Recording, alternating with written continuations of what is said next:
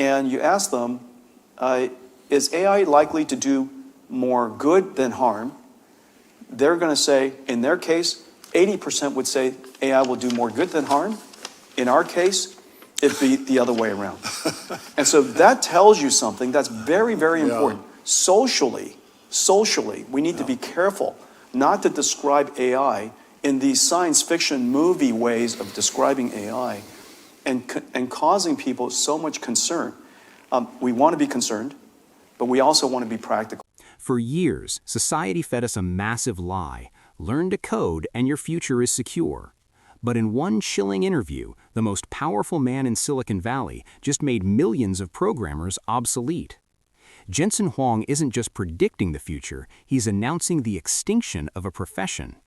Listen closely to how casually he ends an entire era. The way that AI works and our technology works is that in the final analysis, the technology platform is built in layers. And that's one of the reasons why we think of it as a platform. You're standing on top of it. An application or an industry stands on top of that platform. That platform starts with energy on the bottom. One of the reasons why this administration has made such a huge difference right away is this pro-energy growth initiative.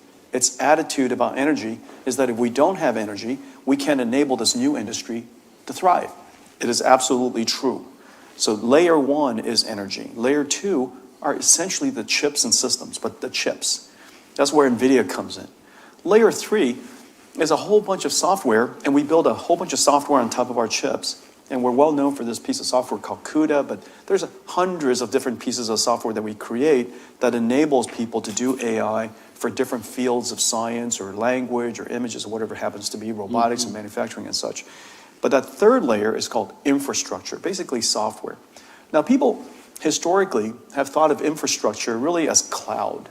But increasingly, it's really important to realize that infrastructure includes land, power, shell, because these are, and I'll speak about this in a second, that this industry spawned another industry altogether, and I'll come back to that. But the third layer is basically infrastructure, and that infrastructure includes financial services because it takes an enormous amount of capital to do what we do, and historically all of that software.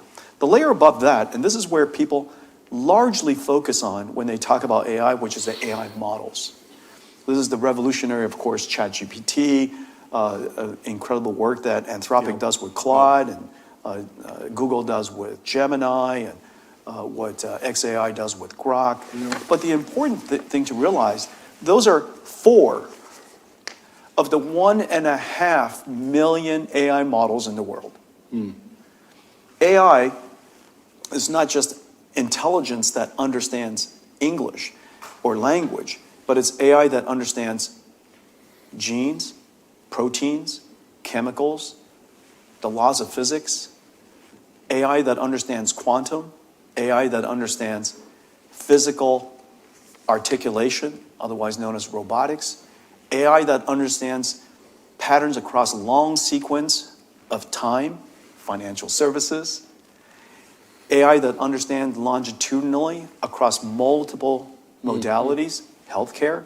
And so AI has all of these different reaches and domains. We talk about this one area. We just have to be very careful to understand that AI spans basically every form of information across every field of science, across every single industry. 1.5 million AIs around the world. On top of that are all the applications. And we never should forget that in the final analysis, these AI models are technologies, but technologies are about enabling application and use. Whether you're in healthcare, you could be in entertainment, manufacturing, self-driving cars, transportation. Each one of these industries have AIs that deeply affect them, and these are the 5-layer stack. NVIDIA is at the lower level, the platform level. The reason why we say that we're an AI company that works with every single AI company in the world is because we're the platform by which we are able to work with all of these technology companies and all these application companies across all these industries. And so that is a platform that we created. The moat that people describe, not so much a mode, but basically the language by which all of these different applications and these different technologies speak to us is an architecture we invented 25 years ago called CUDA. And on top of that CUDA library is a whole bunch of algorithms that we invented over the years, and that is basically NVIDIA's platform. In the end, we don't build self-driving cars, but we work with every single self-driving car company in the world. In the end, we don't discover drugs, but we just have, we work with every single drug discovery company in the world. We're the platform by which they build their things. We're a platform company. The mainstream media completely missed the real threat here. Huang is describing a new kind of arms race. He calls it sovereign AI. But let's translate that into reality. It's an invisible war for digital supremacy. If a country doesn't own its data today, it becomes a digital colony tomorrow. The technology he is building is the new blueprint for world domination. Okay, so let me ask you, you said something recently that was quite provocative. You said that China was winning the AI race, the AI competition. I know that you've got a powerful, competitor in Huawei, and Huawei has a lot of advantages you don't have. Why don't you describe this competition? Are we really losing? It was a very good headline. It was a great headline, yeah. And it apparently caught a lot of attention. As you know, with headlines, the disclaimer part, the foundation part was left out of the headline. But the way to think about that is, let me just handicap it right now. If you look at AI, and go back to the first thing that we said, AI is a 5-layer cake. Let's just always simplify. It's not quite this simplistic, but let's simplify AI into a 5-layer cake. Energy, chips, infrastructure, models, and applications. Okay? And let's handicap it across from bottom to top. At the lowest level, energy, China has twice the amount of energy we have as a nation. I want to ask about that. Twice as much energy as we have as a nation, and our economy is larger than theirs. Makes no sense to me.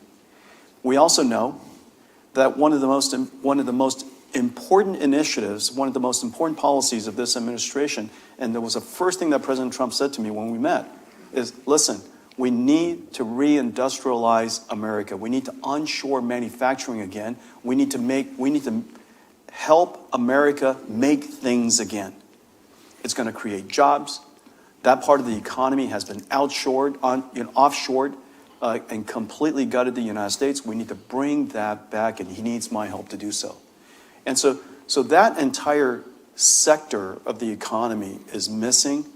And however, without energy, how do we build chip plants, computer system plants, and these AI data centers? We call them AI factories. We're building simultaneously 3 different types of factories in the United States: chip factories, supercomputer factories, and AI factories.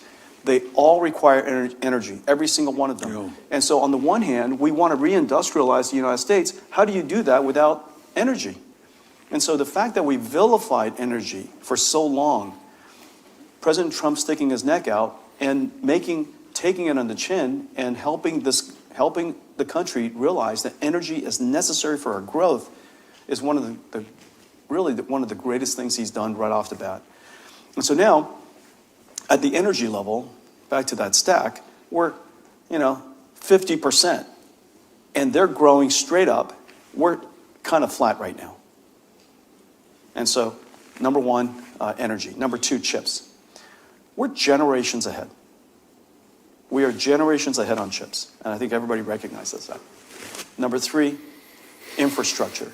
If you want to build a data center here in the United States, from breaking ground to standing up a AI supercomputer is probably about 3 years. They can build a hospital in a weekend. That's a real challenge. And so at the infrastructure layer, their velocity of building things, because they are builders, their velocity of building things is extraordinarily high. Now, really quickly on chips, we're several generations ahead, but don't be complacent. Remember, semiconductors is a manufacturing process. Anybody who thinks China can't manufacture is missing a big idea. But the takeover isn't just digital, it's biological. When the CEO of NVIDIA tells the world to abandon computer science for biology, he is signaling a terrifying shift. AI is no longer just predicting text, it is preparing to engineer life itself. We are giving machines the power to rewrite human DNA, treating biology like a piece of software that can be hacked. The model layer, United States frontier models, our frontier models are unquestionably world-class.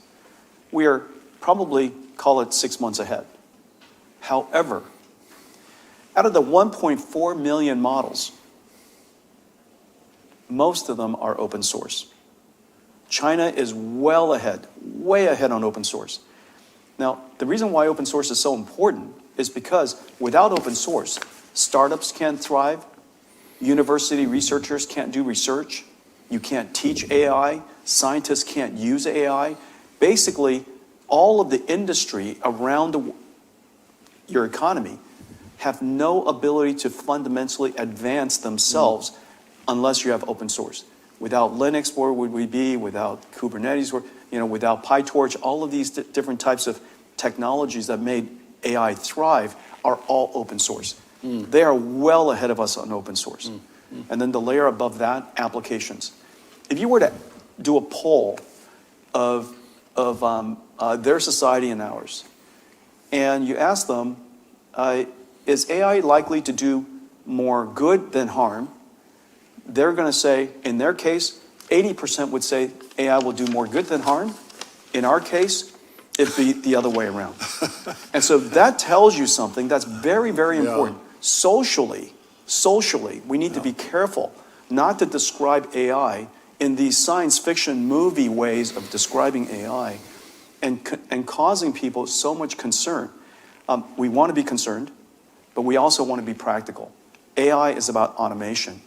And that area, I think that we need to be careful not to fall behind in the application and the diffusion of AI, because in the end, whoever applies the technology first and most wins that industrial revolution. And here is why the West should be terrified. While traditional superpowers drown in politics and multi-year delays just to build a single data center, other nations are deploying AI infrastructure at lightning speed. The tech gap is widening every single day. The future belongs to whoever builds it fastest, and right now, the old empires are losing the race. 2 million robots, half of them were in China, which is really astounding when you think about it. Tell me how robots fit in with AI. Let me just give you one example of why it's around the corner. These days you could describe in text, and you give it to a video AI, and it generates a video. You guys know this, right? It actually, from words, you can generate a video, okay? And let's say the video is Jensen reaches over, picks up a cup. So I take a picture of this screenshot, give it to the AI. That's the starting condition. And I say, now cause Jensen to reach over and pick up the cup. The AI creates pixel by pixel, token by token, my arm picking up the cup. And that everybody knows is possible today. You guys have seen it. Well, the AI can't tell the difference between it manipulating pixels versus it's manipulating a bunch of motors. So the idea that I can tell the robot, pick up the cup, is clearly just around the corner. We just have to take that AI, which currently sits in the cloud, and we have to put it into, otherwise called embody it into a physical mechanical system, which is called robotics. So the AI is around the corner. We can see early evidence that the technology must be possible. Now, China is going to be very, very good at this for several reasons. They have great demand. They have a natural indigenous demand for more workers. Manufacturing is a core part of what they do. We, by the way, because we're now reindustrializing, reshoring, manufacturing, we now again also have significant demand for factory automation. And there's no question we have a shortage of labor. We have, right? We all know that our industries would be larger, more profitable, more vibrant if we just had more workers. And so they have the same challenge. They have worker shortage coming up, very severe worker shortage coming up. So they have a national strategic imperative to make sure that robotics happens, number one. Number two, they have the AI technology. And number three, this is where they have a big advantage. They're really very good at electronics and mechanical intersections, otherwise known as mechatronics. This entire area they have the harmony of demand and supply side capability. Now, many other countries, Japan has surely the demand side. They have the mechatronics, but Japan needs to have much better AI technology. Germany, great demand, extraordinary mechatronics. They need to have great AI technology. United States, if we reshore reindustrialize our nation, we will have great demand. We have great software technology, but we really, at the moment, need to improve our mechanical electronics capability. This is the final stage, the moment AI steps out of the screen and into the physical world. Embodied AI means the end of physical labor as we know it. The 18-month clock is ticking. By 2026, the world Huang is describing will be our reality. You can either prepare or be replaced. Welcome to Future Logic. Hit subscribe before the future leaves you behind.